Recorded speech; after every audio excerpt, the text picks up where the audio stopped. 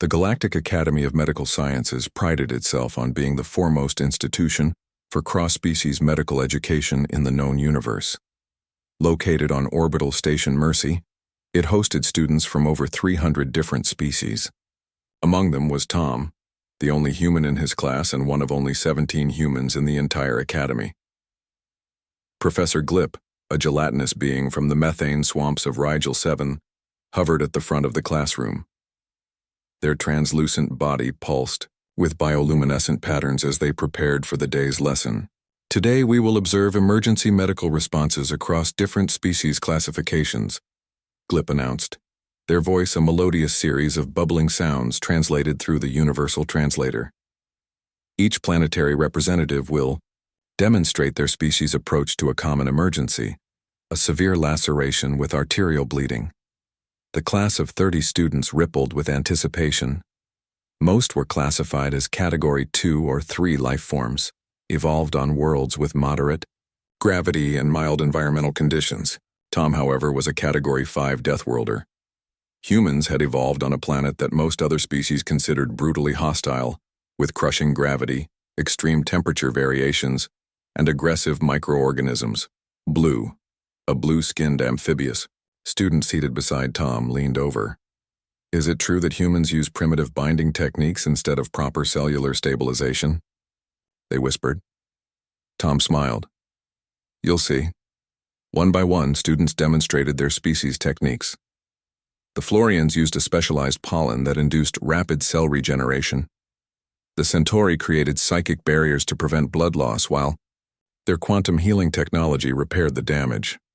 The Vexians secreted an enzyme that sealed wounds almost instantly. Each demonstration was met with approving nods from Professor Glip and appreciative murmurs from the class. The techniques were elegant, painless, and highly advanced.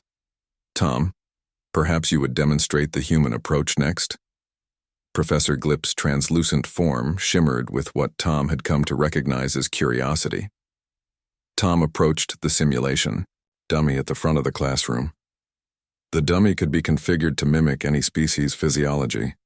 Tom set it to human parameters. Computer, simulate a deep laceration to the right femoral artery with heavy bleeding, Tom instructed. The dummy's leg immediately began pumping out a steady stream of simulated blood. Tom opened his emergency kit and pulled out a tourniquet.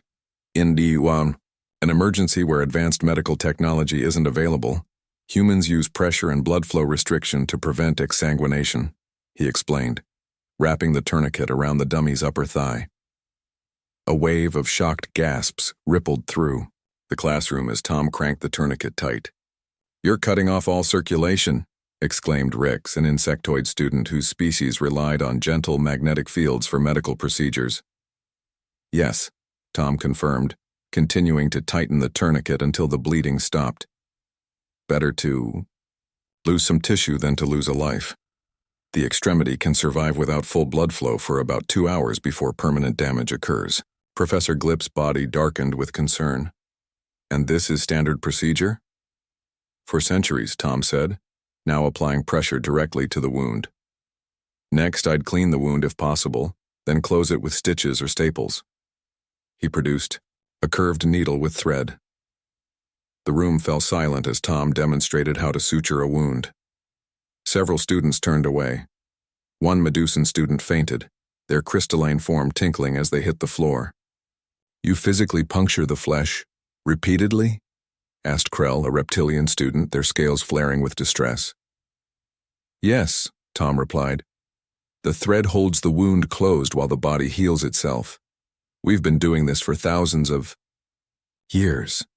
Professor Glip's translucent form had turned almost completely opaque with shock. And this is not considered torture on your world? It's considered life-saving, Tom said matter-of-factly. Humans are remarkably resilient. Our medical techniques evolved from our survival instinct. Sometimes they're painful, sometimes they seem crude, but they're effective. Tom finished his demonstration and stepped back. The class remained stunned into silence. I should mention, Tom added, that in emergency situations humans have been known to cauterize wounds with heat to stop bleeding when other methods aren't available. Blue raised a trembling appendage. You apply burning heat? To open wounds? If necessary, Tom confirmed. Our history is full of examples of battlefield medicine where soldiers used heated metal or even gunpowder to seal wounds. Professor Glip's translucent body was now pulsing rapidly, a sign of extreme agitation. That concludes today's demonstrations. Class dismissed. Tom, please remain behind. As the students filed out, many casting nervous glances back at Tom, Professor Glip composed themselves. Tom, while I appreciate your participation, I must express concern about human medical practices. They seem unnecessarily primitive. Tom nodded. By galactic standards, they are. But humans evolved on a world where you either adapted quickly or died.